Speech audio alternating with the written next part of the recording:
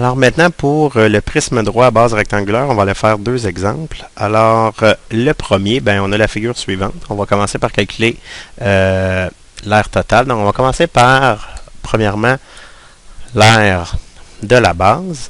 Alors, 20 fois 8, ce qui nous donne 160 cm².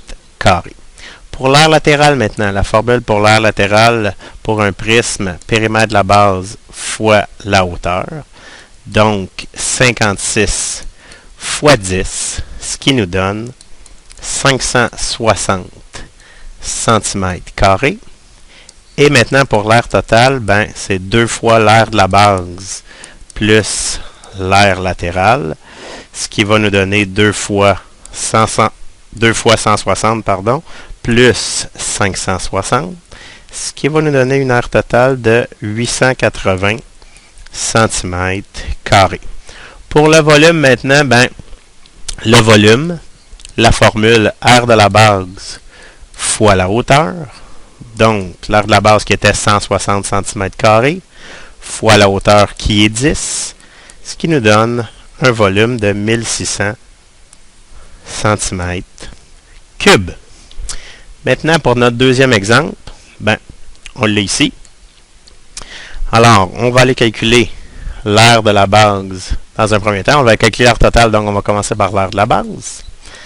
Donc, on a 9 fois 12, ce qui nous donne 108 cm². Ensuite de ça, l'aire latérale. L'aire latérale, périmètre de la base fois la hauteur, ce qui nous donne 42 fois 6, et comme résultat, 252 cm².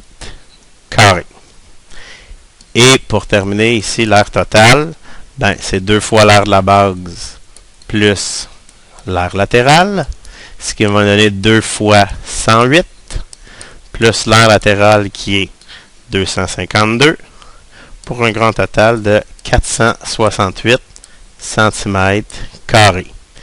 Et ensuite de ça, pour le volume, la formule du volume d'un prisme à base rectangulaire, aire de la base fois hauteur. L'aire de la base, on l'avait déjà calculé, qui était 108, fois la hauteur qui est de 6, pour un total de 648 cm3.